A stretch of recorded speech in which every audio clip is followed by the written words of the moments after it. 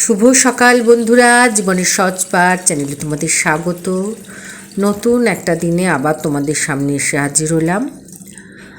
আজ রবিবার সকালবেলা প্রতিদিনকার কাজের কর্মের মধ্যে দিয়ে আজকের কাজকর্মটা অনেকটা বেশি থাকে, কিন্তু আজকে ঘুরতে অনেক দেরি হয়ে যায় ঘুম থেকে। ওই ছুটির বার বলে সকালবেলা তারা থাকে না বলে একটু আলসেমি করেই দেরি হয়ে যায়, কিন্তু পরে যখন কাজগুলোকে শুরু করি তখন যে কতটা কষ্ট হয়। হুড়ো তাড়া করে কাজগুলোকে শেষ করতে হয়, সব কাজ লেটে হয়। এটাই হচ্ছে বড় একটা বদঅভ্যাস, সকালে দেরি করে ঘুম থেকে ওঠা। কিন্তু কি করব, সুঅভ্যাসে তো তৈরি করেছিলাম নিজেকে, কিন্তু পরিবেশ পরিস্থিতি, কাজ, রুজি রোজগার এই সমস্ত কিছুই আমাকে নিয়মের থেকে একটুখানি বিমুখ করে অন্য নিয়মের দিকে নিয়ে চলেছে। এটাও নিয়মের মধ্যে পড়ে, কিন্তু সময়টা অনেকটা পরিবর্তন হয়ে গেছে। যদিও স্বেচ্ছাচারী ভাব বা কোনো কিছুই সেরকমভাবে নিজেদের মধ্যে কোনো সময়ই আনতে দিই না। একদম সাদামাটা ঘরোয়া পরিবেশে যেভাবে কাজকর্ম করতে হয় সেইভাবেই করি, কিন্তু ওই যে রাত্রিবেলায় অনেক লেটে ঘুমোবার ফলেই কিন্তু এটা হয়, দেরি হয়ে যায় শুতে, আর উঠতেও একটু দেরি হয়ে যায়। যদিও অফিসের দিনগুলোতে তাড়াতাড়ি উঠে যাই, যে হাজব্যান্ড অফিসে যাবে সেই জন্য, কিন্তু অন্য দিনগুলোতে ওই আলসেমি করে একটু শুয়ে থাকি। আর সকালবেলা দেখো চা রেডি হয়ে গেছে, আজকে চাটা আমিই করলাম। এরপরে চা নিয়ে একটু টেবিলে চলে যাব, একটু আয়েশ করে আজকে চা খাবো।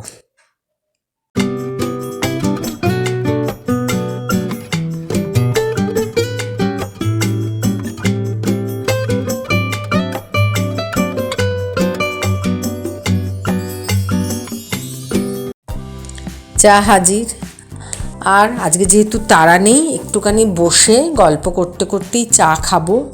আর খাবার টেবিল, চা খেতে বসে টেবিলে আসা, আর পারস্পরিক ভাবের আদান প্রদান করা, সাংসারিক আলোচনা, ছেলে মেয়েকে নিয়ে আলোচনা, বিভিন্ন ধরনের আলোচনা, নিজেদের মানুষজনকে নিয়ে আলোচনা, এগুলো তো হতে থাকে।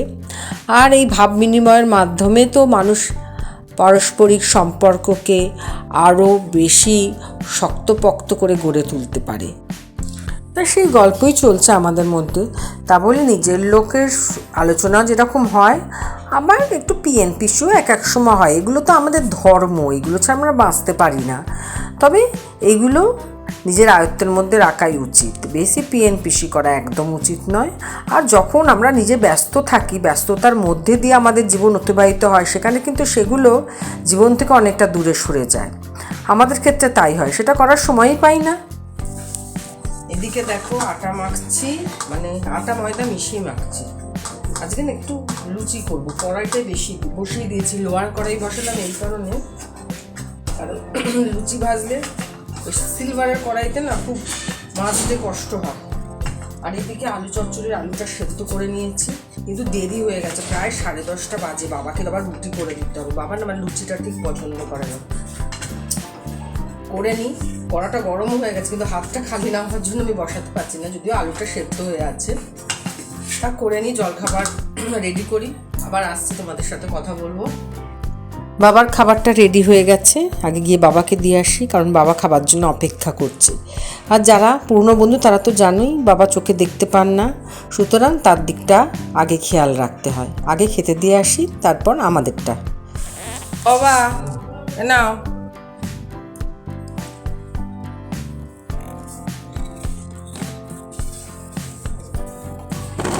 এদিকে ঘুরে বসো। হ্যাঁ, এইদিকে ঘুরে বসো। চান করেছো বাবা? আচ্ছা দেখো, দাও চাদরটা তো আমি এদিকে রাখি, এই সামনেটাই রাখছি, এখানটা রইল। বলছি আলু চচ্চড়ি আছে, রুটি আছে, আর কলা আছে। দিতে দেরি হয়ে গেল বাবা, 10:30 বেজে গেছে। দেখে নাও,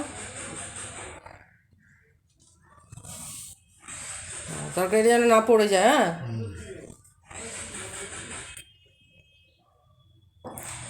দেখি বা তোমার চোখের ওইটা দেখি ফোলাটা কমেছে, দেখি।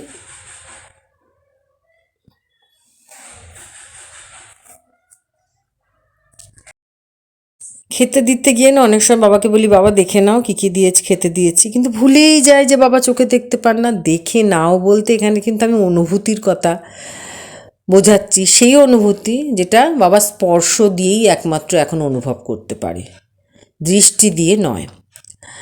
তো এক এক সময় না এগুলো ভাবি, চিন্তা করি। আর এদিকে নিচে চলে এসেছি, নিচে চলে এসে আমাদের জন্য লুচি ভেজে নিচ্ছি। বয়স বাড়ার সাথে সাথে অনুভূতিগুলো কিরকম অন্যরকম হয়ে যায়। আগে যে জিনিসকে যেরকমভাবে চিন্তা করতাম এখন সেইভাবে চিন্তা করি না। চলে এসেছি ছাদে।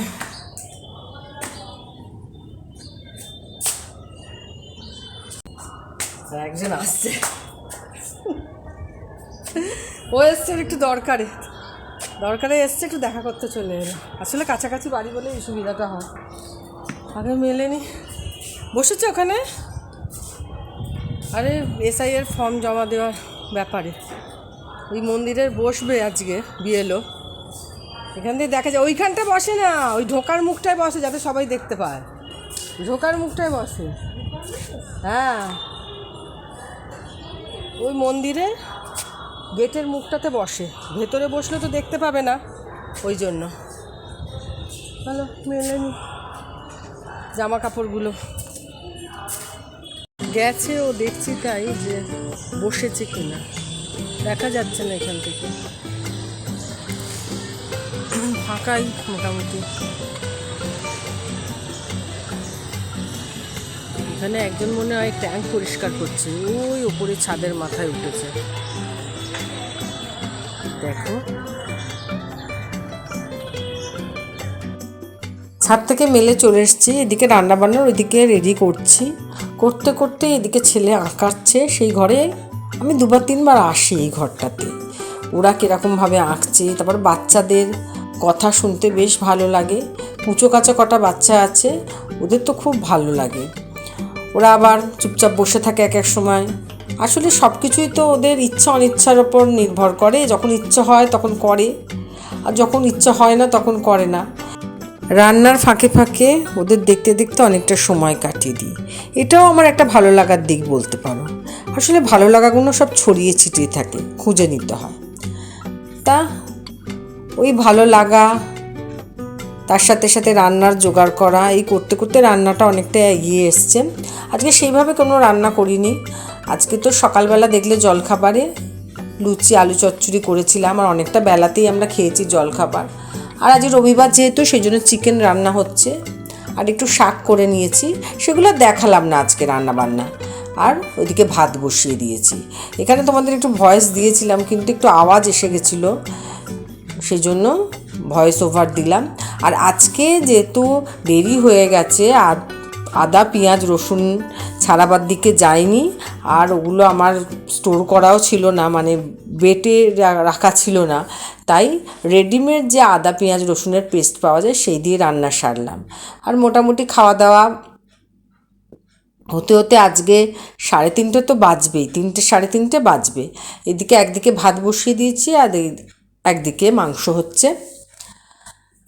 তা যে কথা বলছিলাম, যে বাচ্চারা তাদের ইচ্ছা অনিচ্ছাকে প্রাধান্য দেয়, যেটা ইচ্ছা হয় সেটা তারা করে, যেটা ইচ্ছা হয় না সেটা তারা করে না। কিন্তু আমরা আমাদের ইচ্ছা অনিচ্ছাকে প্রাধান্য দিই না, আমরা সবসময় না মন জুগিয়ে চলার চেষ্টা করি। হয়তো অনেক সময় এরকম কাজ করি যেটা আমার ইচ্ছা হচ্ছে না, কিন্তু আমার পরিবার পরিজন সবার মুখের দিকে তাকিয়ে সবার মানসিক দিকটা চিন্তা করে নিয়ে সেই কাজটা করে ফেলি। আর এরই ফাঁকে ছেলে অনেক কিছু কথা মাঝে মাঝে মনে পড়ে, আমাকে বলতে আসে, দেখাতে আসে। তা সেরকমই কোনো কারণে হয়তো আমার কাছে এসেছিল, সেটা আমার ঠিক মনে পড়ছে না। এদিকে খাওয়া দাওয়া কমপ্লিট হওয়ার পর রান্নাঘরও পরিষ্কার হয়ে গেছে, এরপর দোকান যাব, তার জন্য রেডি হতে হবে। রেডি হয়ে গেছি দোকান যাব বলে। এদিকে মন চা করতে চলেছে। তোর চুলটা বেড়েছে কিন্তু নিচটা কাটতে হবে রে তোর চুলে, শুরু হয়ে গেছে না আমার চুলটা, ওরভাবেই তো বাড়ছে, নাহলে কেটে দিলে আর বাড়বে না। যাই হোক, একদম চা খেয়েছে নিয়ে তারপর যাবো। চুল কাটা নিয়ে কত হচ্ছে, চুলটা শুরু হয়ে গেছে, কিন্তু আমাদের কত চুল ছিল বল, আমার আমার তো চুল নতুন করে হয়েছে, ওর চুল অনেক চুল ছিল, কিন্তু এখন উঠে উঠে সরু হয়ে গেছে চুলটা। যাই হোক, এবার দোকান যাওয়ার পালা। আজকে অনেক দেরি হয়ে গেছে, এখন কটা বাজে? 5:20 হয়ে গেছে। কাজ সারতেই তো কত বেলা হলো। এবার চাটা খেয়ে নিই। এই যে চা রেডি হয়ে গেছে। বিকালবেলা রোজই বোন আসে আর ওই চাটা করে। কাছাকাছি হওয়ার জন্য বোনের সাহচর্য অনেকটাই পাই। আর এদিকে রাত্রিবেলা দোকানদানি করে চলে এসেছি, এই 11:35-40 নাগাদ এসেছি। এসেই আগে চলে গেছি বেসিনে, কারণ বাইরে এত ধুলো, এসে হাতটা না ধুলে না আমার যেন কীরকম শরীরটা হয়। ওই জন্য আগে হাতটা ধুয়ে নিই, তারপরে ফ্রেশ হতে যাই। তাই আগে এসেই বেসিনে হ্যান্ড ওয়াশ দিয়ে আগে হাতটাকে ধুয়ে নিচ্ছি, তারপরে জামা কাপড় ছেড়ে ফ্রেশ হয়ে এবার খেতে দেবো। আর টেবিলে দেখছো মা খাবার দাবার সব রেডি করে চাপা দিয়ে গেছে। এবার গরম করার যেটা সেটা গরম করব, দিয়ে একসাথে 3 জনে খাবো। তো অনেকটা রাত হয়ে যায় খেতে, কিছু করার নেই। আসলে মানুষের রুজি রোজগার, তার কাজকর্মের ধরন, তার খাদ্যাভ্যাসেরও অনেক পরিবর্তন এনে দেয়, তার নিত্য নৈমিত্তিক কাজকর্মেরও অনেক পরিবর্তন এনে দেয়, যেটা আগেই আমি বলেছি। তা সেরকমই আমাদেরও না খাদ্যাভ্যাসে অনেকটা পরিবর্তন এসেছে। আগে রুটি খেতাম, এখন ভাত খাই।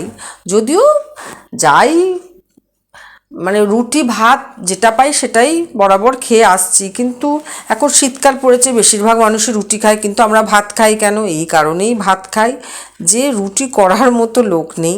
কারণ সন্ধেবেলা দোকানে থাকে, রুটিটা কখন করবো? আর সকালে রুটি করে রাখলে না, সেই রুটি সত্যি কথা রাত্রিবেলা ভালো লাগে না। একটু গরম রুটি হলে কিন্তু খেতে বেশ ভালো লাগে। তা সেই জন্য খাদ্যাভ্যাসের পরিবর্তন হয়েছে। তবে যখন খুব ঠান্ডা পড়ে তখন বোন যখন বিকেলে আসে, ও কিন্তু রুটিটা করে দেয়। এই সুবিধাগুলো কিন্তু আমি প্রচুর পাই। তা এখনও পর্যন্ত ভাত খাচ্ছি, আর মাইক্রোওভেনে ভাতটা গরম করে নিই, তো খেতে কোনো অসুবিধা হয় না। আর ভাত মোটামুটি এখন খেতে খেতে অভ্যাসও হয়ে গেছে। আর ভাত খাই বা রুটি খাই, যাই খাই না কেন, দুটোতেই কিন্তু কার্বোহাইড্রেট আছে, তাই দুটোর খাদ্যগুণই একই। তা আজকের রবিবারের দিনটা ছুটির দিন নয়, একদম কর্মব্যস্ত একটা দিনের মতো, একদম দুপুরবেলা আলসেমি ছাড়া একটা দিনের মতো। রোজকার যে কাজকর্ম থাকে যেসব দিনগুলোতে, সেই সব দিনের মতনই একটা সাধারণ দিন হিসাবেই আমার কাটলো, এবং বেশ ভালোই কাটলো। রোববারের দিনগুলো তোমরা কেমন কাটাও অবশ্যই জানিও, আর আমার ভিডিও তোমাদের কেমন লাগছে সেটাও জানিও। আর অবশ্যই কমেন্ট করো, যাতে সেই কমেন্টের সূত্র ধরে তোমাদের পরিবারে আমি পৌঁছে যেতে পারি। সবাই খুব ভালো থেকো। আজকের মতো ভিডিওটা এখানেই শেষ করলাম। আজকের মতো টাটা।